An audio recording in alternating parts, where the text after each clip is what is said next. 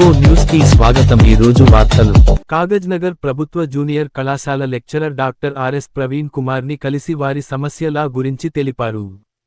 Congress party ఎన్నికల మేనిఫెస్టోలో ఇచ్చిన హామీ మేరకు రాష్ట్రంలోని ప్రభుత్వ జూనియర్ కళాశాలల్లో గత 12 సంవత్సరాలుగా పనిచేస్తున్న 1654 మంది గెస్ట్ లెక్చర్ల కొనసాగింపు కోసం బోర్డ్ సెక్రటరీ పంపిన ప్రతిపాదన ఫైల్పై ఫైనాన్స్ అధికారులు వివిధ కారణాలు చూపుతూ కేవలం 398 పోస్టులకు మాత్రమే జీవో నం. 1422 ఈ నెల 17న అనుమతి ఇచ్చారు.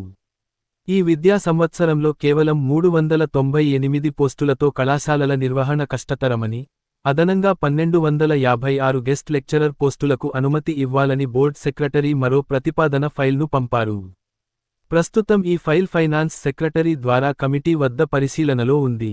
ఈ సందర్భంగా కాగజ్నగర్ ప్రభుత్వ జూనియర్ కళాశాల లెక్చరర్ డాక్టర్ ఆర్ఎస్ ప్రవీణ్ కుమార్కి గెస్ట్ లెక్చర్లు వినతి పత్రం సమర్పించారు. మిగిలిన 1256 పోస్టులకు అనుమతి ఇప్పించి తమకు న్యాయం చేయాలని వారు కోరుతున్నారు.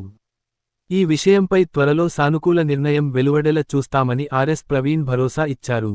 ఎస్పీఎం కంపెనీలో స్థానిక యువతకి ఉద్యోగ అవకాశాలు కల్పించాలి.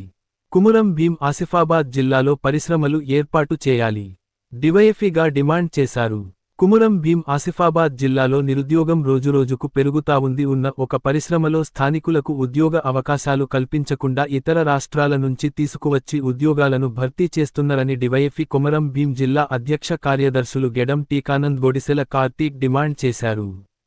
ఈ సందర్భంగా మాట్లాడుతూ మనం జిల్లాలో రోజురోజుకు నిరుద్యోగం పెరుగుతుందని, పరిశ్రమలు లేక ఇతర జిల్లాలకు వెళ్లి పని చేయాల్సి వస్తుందని, జిల్లాలో ఉన్నటువంటి యువత నిరుద్యోగ సమస్యతో సతమవుతుంటే స్థానికంగా ఉన్న ఒక్క పరిశ్రమలో యజమాన్యం ఇతర రాష్ట్రాల నుండి వర్కర్స్ ని తీసుకువచ్చి స్థానిక యువతకి ఉద్యోగ అవకాశాలు లేకుండా చేస్తున్నారు. స్థానిక ఎమ్మెల్యే, ఎంపీ, ఎమ్మెల్సీలు చొరవ తీసుకుని యజమాన్యంతో మాట్లాడి స్థానిక యువతకు ఎక్కువ ఉద్యోగ అవకాశాలు కల్పించే విధంగా చొరవ తీసుకోవాలని డివైఎఫ్ఈగా కోరుతున్నాం. లేని పక్షంలో స్థానిక యువతను కలుపుకొని పరిశ్రమ ముందు పెద్ద ఎత్తున ధర్నా నిర్వహిస్తామని హెచ్చరిస్తున్నాము. ఈ కార్యక్రమంలో డివైఎఫ్ఈ జిల్లా ఉపాధ్యక్షులు చాపిడి పురుషోత్తం నిఖిల్, జిల్లా సహాయ కార్యదర్శి వడ్లూరి శ్రీకాంత్, ఆత్మకూరు సతీష్, నాయకులు తిరుపతి పాల్గొన్నారు.